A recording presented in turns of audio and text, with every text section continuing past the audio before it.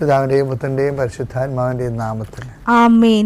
അമ്മേ പരിശുദ്ധമേ, ദൈവമാതാവേ, കൃപാസനത്തിലൂടെ ഞങ്ങൾക്കും ഞങ്ങളുടെ ദേശത്തിനും അമ്മ മധ്യസ്ഥം തേടിത്തന്ന എല്ലാ അനുഗ്രഹങ്ങൾക്കും കൃപകൾക്കും ഞങ്ങളിപ്പോൾ ഹൃദയം നിറഞ്ഞ നന്ദി പറയുന്നു.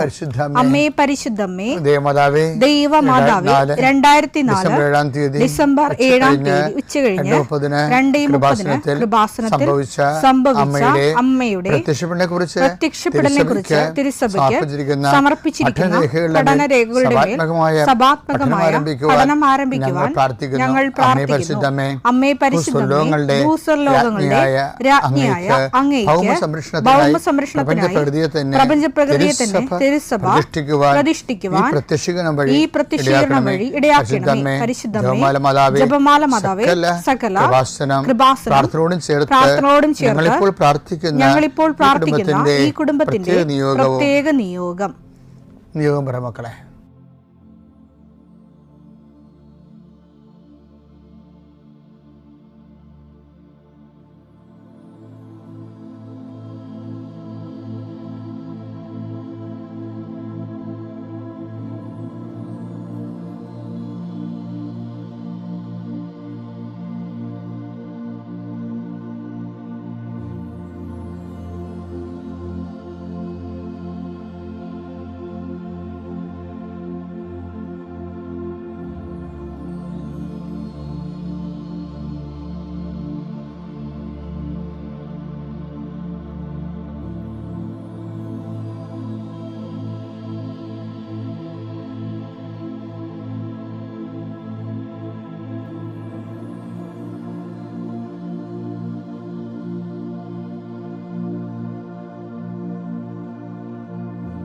അമ്മയുടെ പ്രത്യക്ഷീകരണത്തിന്റെ ഈ അനുഗ്രഹവേളയിൽ ഞങ്ങൾക്ക് സാധിച്ചു തരുവാൻ കനിയണമേ. ആമേൻ. വിശ്വാസ പ്രമാണം. സർവശക്തനായ പിതാവും ആകാശത്തിന്റെയും ഭൂമിയുടെയും സൃഷ്ടാവുമായ ദൈവത്തിൽ ഞാൻ വിശ്വസിക്കുന്നു.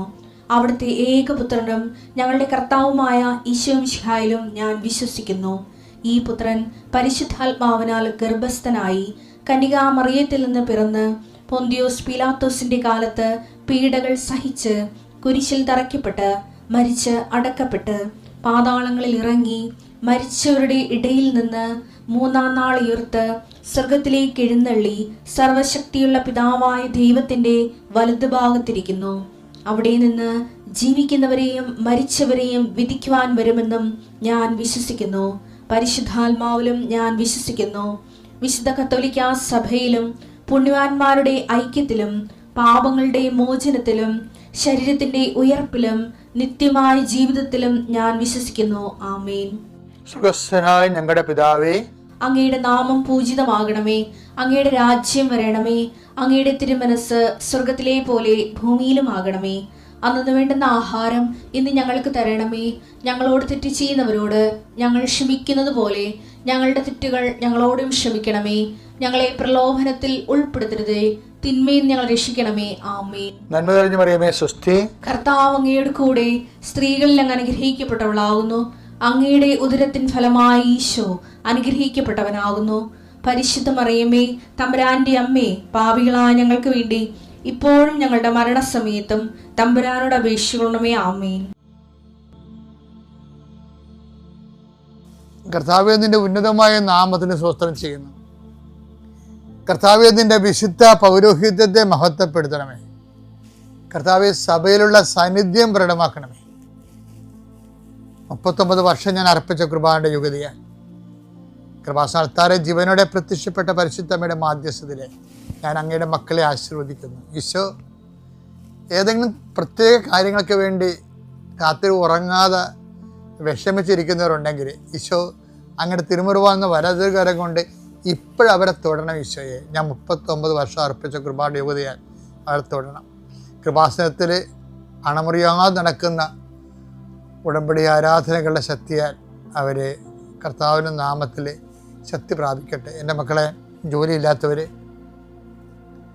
വീട്ടിൽ സമാധാനം ഇല്ലാത്തവർ, വീട് വെക്കാൻ പറ്റാത്തവർ, അതിനുള്ള സാമ്പത്തികം ഒരുങ്ങി കിട്ടാത്തവർ, ആരും സഹായിക്കാനില്ലാത്തവർ, കൊടിയ രോഗങ്ങളും കുടുംബ ബാധ്യതകളും ആ മക്കൾക്കും പെൺമക്കൾക്കും വിവാഹ തടസ്സങ്ങളുള്ളവർ എങ്ങനെ ജീവിക്കും കർത്താവേ, എങ്ങനെയൊക്കെ ഇത് അവസാനിക്കുക? എൻ്റെ കണ്ണടയിൽ മുമ്പ് ഇതിനൊക്കെ ഒരു സമാധാനം ഉണ്ടായാൽ മതിയെന്ന് വിചാരിച്ച് ദീർഘനിശ്വാസത്തിൽ പ്രാർത്ഥിക്കുന്ന അമ്മമാരെ കാണുന്നുണ്ട് ഈശോയെ. അവിടെ സങ്കടങ്ങളെ നീ ഏറ്റെടുക്കണമെന്ന് പ്രാർത്ഥിക്കുന്നു. ഞങ്ങൾ അടിയറ വെക്കുന്ന ഈശോയെ, ഞങ്ങൾക്ക് തീർച്ചയായിട്ടും കഴിവുകേട് തന്നെയാണ്. ഞങ്ങൾ ആശ്രയിക്കുന്നത് നിൻ്റെ കൃപയിലാണ്, ഞങ്ങളുടെ കഴിവിലല്ല. ദൈവമേ, ഇപ്പോൾ ലക്ഷക്കണക്കിന് മനുഷ്യർ, 5 ലക്ഷത്തോളം മനുഷ്യർ പങ്കെടുത്ത് പ്രാർത്ഥിച്ച കോടിക്കണക്കിന് ജപമാലയില്ല ഈശോയെ. അതെല്ലാം ഏതെങ്കിലും തരത്തിൽ വിഷമം അനുഭവിക്കുന്നവർക്ക് വേണ്ടി, ഈ പ്രാർത്ഥന കേൾക്കുന്നവർക്ക് വേണ്ടി ഞാൻ കാഴ്ചവെക്കുകയാണ്. അവരെ ഈ പ്രാർത്ഥന കൊണ്ട് നീ വീണ്ടെടുക്കണം കർത്താവേ. പ്രത്യേകിച്ച് ആരും സഹായിക്കാനുണ്ടെങ്കിലും അവിടെ കാര്യങ്ങളൊന്നും നീങ്ങാത്തവരുണ്ട് ഈശോയെ. ജീവിതം ഇങ്ങനെ മുരടിച്ച് നിൽക്കുന്നവരുണ്ട് ഈശോയെ. ഭയങ്കര ഹെവി ആയിട്ട് മഴ പെയ്യുമ്പോൾ വളർച്ച മുറ്റും മുരടിച്ച് നിൽക്കുന്ന ചെടികളെപ്പോലെ ദുഃഖങ്ങളുടെ ആധിക്യം കാരണം ഒരു വളർച്ചയില്ലാത്ത നിൽക്കുന്ന കുടുംബങ്ങളെ കർത്താവിൻ്റെ തിരുമുറിവാർന്ന വലത് കരത്താൽ അടിപ്പിണർ പോലെ ഇപ്പോഴ് ഈശോ തോരട്ടെ. പരിശുദ്ധ അമ്മ മധ്യസ്ഥം വഹിക്കട്ടെ. അമ്മേ, ഈ പ്രാർത്ഥന കൊണ്ട് തന്നെ സാക്ഷ്യം പറയാൻ അങ്ങയുടെ മക്കൾക്ക് സാധിക്കട്ടെ. നിത്യം പിതാവും പുത്രനും പരിശുദ്ധാത്മാവിനെ നീക്കുക. ആമേൻ.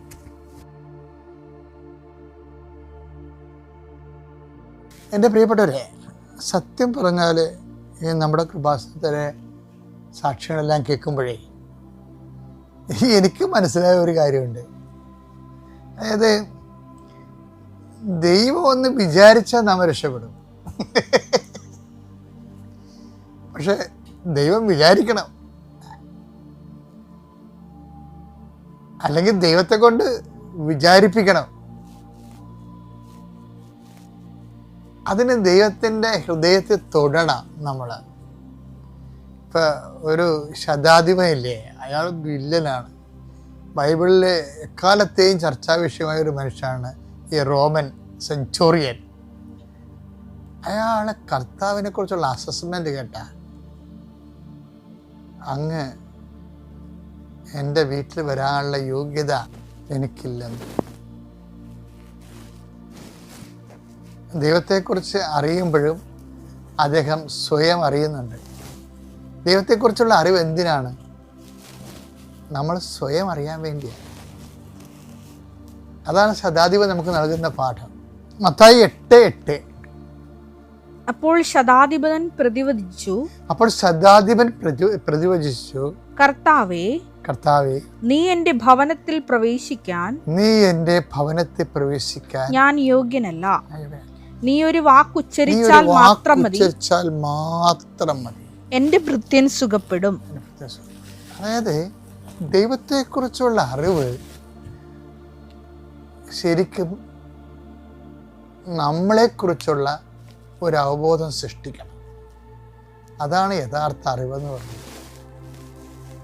ഈശോയെക്കുറിച്ചുള്ള അറിവ് ശതാധിപൻ ആരാണെന്ന് അദ്ദേഹത്തിന് ഒരു സ്വയം ബോധ്യം കൊടുത്തു. എന്താണ്? അങ്ങ് ആരാണെന്ന് എനിക്കറിയാം, പക്ഷെ അങ്ങ് എൻ്റെ വീട്ടിൽ വരാൻ ഞാൻ യോഗ്യനല്ല. അപ്പോൾ അദ്ദേഹത്തെക്കുറിച്ചുള്ള അറിവാണ്.